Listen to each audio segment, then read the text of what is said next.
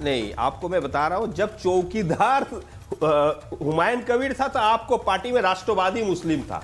अभी जैसे बाबरी मस्जिद बनाने के लिए गया तो क्या हो गया, भाजपाओं का जलन हो गया चारों तरफ से, क्यों बोल रहे हैं बात। लेकिन ये पार्टी का ब्रीफ ने, टीएमसी इसको बिल्कुल समर्थन नहीं करता, एकदम समर्थन नहीं करता ना। इनको ये कैसी बात कर रहे हैं, मुझे साथ में फिलहाल है और ना रहेंगे।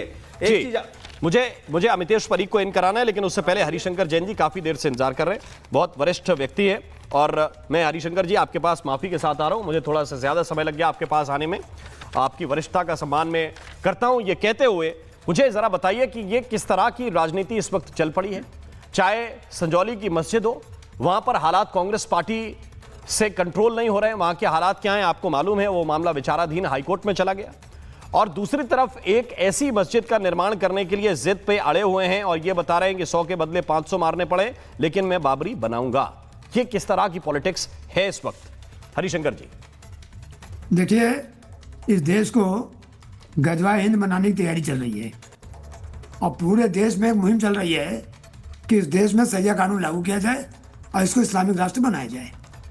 और जो कुछ तत्व सो कॉल्ड सेकुलर हैं, वो भी आज की तारीख में ऐसे लोगों से मिल गए हैं जो देश के साथ गद्दारी करना चाहते हैं। मुझे दुख है कि जिस तरह की बातें चल रही हैं, वो बातें संविधान के हिसाब से नहीं है, गलत हैं। और यही काम जिन्ना ने किया था, आज देश के कुछ मुट्ठी भर नेतागण जो इस तैयारी में हैं कि आप देश में गजवा हिंद करके और किसी तरह से सत्ता अपनाई जाए या एक विभाजन कराया जाए। ये विभाजनकारी तत्व जो हैं, उनसे बहुत खतरा है देश को, और सरकार को बहुत सख्ती से निपटना पड़ेगा। और मुसलमानों को इस बात को सोच लेना चाहिए और इस बात को समझना चाहिए कि वो आक्रांता हैं जी। आक्रांता के रूप में जो भी देश में आया उसका सम्मान वो नहीं कर सकते, नागरिक बन के रहे। तो अगर वो किसी भी आक्रांता के समर्थन करेंगे तो मैं समझता हूँ कि उनको देश की जनता माफ नहीं करेगी, और जो भी उचित कार्रवाई होगी, जो संविधान के तहत होगी, वो सारी कार्रवाई होगी। और इसका एक जवाब और है, आप मस्जिद बनाओगे तो हम बंगाल में आकर श्री राम मंदिर का निर्माण करेंगे। फिर आप लोग चिल्लाओगे और फिर कहोगे साहब सांप्रदायिकता फैल रही है, आप ये कर रहे हैं, आप वो कर रहे हैं। नहीं, अब वो नहीं चलेगा। बाबर के नाम पर, औरंगजेब के नाम पर आप देश में मस्जिद बना दें, या वो आक्रांता जो देश की संस्कृति को रौंद गए, आज उनके नाम पर अब राजनीति करें। ये आसानी है, बिल्कुल आसानी। बिल्कुल। अमितोष परीख जी, आप इन कीजिए डिबेट में, और मुझे एक बात का जवाब दीजिए, क्या जो संजौली में आप लोग कर रहे हैं क्या वो जायज है? और क्या जहां पे आपको करना चाहिए, जैसे बंगाल, जैसे मैंने जिसका उदाहरण दिया, जहां पे आपको करना चाहिए वहां खामोशी है क्योंकि वहां 70% आबादी एसटी है, और जहां आपकी 98% आबादी है वहां पे आप आक्रोशित होकर जुलूस निकाल रहे हैं और झगड़ा कर रहे हैं? क्या जहां कमजोर हैं वहां पर मजबूती के साथ लड़ेंगे, या जहां मजबूत हैं वहां दूसरे को दबाएंगे? बहुत बहुत धन्यवाद राम भाई। और जो विषय आपने उठाई, ये कुछ 23 मिनट 30 मिनट का विषय नहीं है, ये पूरे भारत को सोचने का विषय जो आपने इंट्रोडक्शन में अपने दिया, मैं इसका आपका साधुवाद धन्यवाद करता हूँ। विश्व हिंदू परिषद ने लगातार तरीके से हुमायूं कबीर का जब ये एक बचकाना सोचा समझा और एक रैडिकल स्टेटमेंट आया था, तब इसका अपोज करते बनाया था, जो मैं हरिशंकर जी की बात को आगे बढ़ाते हुए उनका समर्थन करता हूं। देश के अंदर में मस्जिद और मंदिर के विषय जब एक हिंदू बोलता है मंदिर के लिए, तब सेक्युलर नहीं होता, रैडिकल हो जाता है। लेकिन जब मस्जिद की बात करते हो, 6 दिसंबर चुनते हैं जहां पर ममता बनर्जी सरदम रैली निकालेंगे भाई, और वो सरदम रैली ऐसे निकलेगी क्योंकि वो बाबर मस्जिद का ढांचा गिराया गया था, लेकिन वो राम मंदिर के लिए सरदम रैली नहीं निकालेंगे, तो उसको सेक्युलर दे दिया जाएगा। किसको भगाएंगे? अभी एमआईएम के लीडर बोल रहे थे आपके माध्यम से, ये भगा रहे सिर्फ एक ही कौम जो है वो हिंदू को भगा रही। मैं बताता हूं आपको क्रोनोलॉजी। अकबर ओवैसी 15 मिनट का statement, Asaduddin Owaisi when we decide to wear colour green, Mohammad Saad Allah come on काफिर, कर्स ऑन काफिर, Waris Pathan Muslim are 15 crore but we can dominate 100 crore, Jamaat Ulema Hind we will wipe out Hindus, Sheikh Alam TNC we are 30 they are 70, if we get unite will make 4 Pakistan, Ajmer Dargah Chishti कहता है कि we ruled Hindus for century, Mavia Ali SP का कहता है Muslims first not Indians, Sheikh Shah Alam कहता है Muslim war in now in Assam, Zarkis Ansari कहता है जिहाद अगेंस्ट सीए, और इमाम तो अभी आपके जमात उलेमा हिंद ने जिहाद की बात कर दी, इमाम मसूद बोटी की बात करता है, हुमायूं का बूर गंगा में बहाने की बात करता है। तो किसको बहा रहे? ये किसी रियाज भटकल को नहीं भगा रहे, ये वारिस पठान को नहीं भगा रहे, ये यासीन मलिक को नहीं भगा रहे, ये डॉक्टर शाहीना परवीन को नहीं भगा रहे, ये उमर को नहीं भगा रहे, ये भगा रहे हर उस व्यक्ति को जो भारत में रहते हुए भारत की बात करता है। अब दूसरी बात मैं आपके माध्यम से करता हूं, हिमाचल का इशू आया था, हिमाचल के विषय के अंदर में वहां लगातार तरीके से मुस्लिम मेजॉरिटी हिंदू माइनॉरिटी हो गया। कैसे हुआ मैं आपको उदाहरण देता हूं राम भाई। संजौली के बाद में उत्तराखंड का देख लीजिए, इलीगल मॉस्क आती है तहरी डैम के पास में, कुल्लू के अंदर में जामा मस्जिद बन जाती है, गुजरात के अंदर में मस्जिद के अंदर में वेपन्स रख दिए जाते हैं, और भटकल केस के अंदर में अभी दिल्ली वाली केस में जो आतंकवादी था वो फिदाइन हुआ, वो पहले मस्जिद में जाके छुपता है।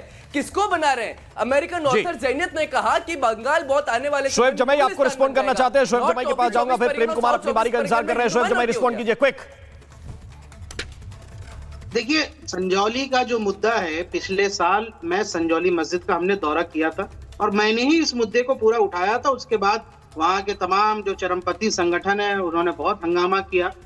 भाई, वो मस्जिद जिस बुनियाद पर बनी हुई है उस बुनियाद पर आसपास की और इमारतें भी बनी हैं। मैंने ये मुद्दा उठाया था कि जब मस्जिद की हाइट की बुनियाद पर आप उसको अवैध करार दे रहे हैं तो उसके बगल में बनी हुई जो इमारत है वो उससे ज्यादा ऊंची है, उसका क्या पैमाना होगा? और वहां पे L1, L2, L3 है मामला। उसके बाद बीजेपी के लोग भड़क गए। अब हमने ये कहा कि इस वक्त लगता है कि कांग्रेस की सरकार ने सरेंडर कर दिया है चरमपंथियों के सामने, जो माहौल खराब करना चाह रहे हैं।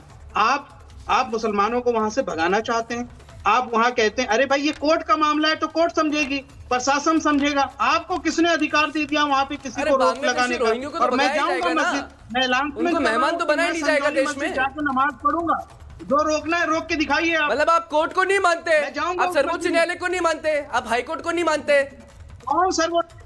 हाँ, यही दिखाना है, यही रेडिकलाइजेशन है, यही वहाबिज्म है, यही साफिज्म है, यही देवबंदी आइडियोलॉजी है। किसी कोर्ट में उसमें रोक नहीं लगाई है। जिस म्युनिसिपल काउंसलर की आप म्युनिसिपल जो कोर्ट की आप बात कर रहे हैं, किसने गाली लगाई है? आपने जिला मुझे मौका दीजिएगा। आप देखिए इधर उधर मत कीजिए शोएब जमाई, जब तक फैक्ट्स में रहेंगे मैं नहीं टोकूंगा। जिला अदालत के आदेश के बाद ही तो हाईकोर्ट गया है ना, अपने मन से हाईकोर्ट चला गया मामला। आप कह रहे किसी अदालत ने रोक नहीं लगाई, तो वक्त क्यों गया हाईकोर्ट? सुनिए, अथॉरिटीज के पास अभी फाइनल ऑर्डर नहीं आया है। किसके पास फाइनल ऑर्डर नहीं है? तो वक्फ हाईकोर्ट क्यों गया? मुझे बताइए, ये मस्जिद कमेटी के लोग, वक्फ के लोग क्यों गए हाईकोर्ट? मुझे एक बात बताइए। केवल झूठ की बुनियाद पे कुछ भी बोल देंगे?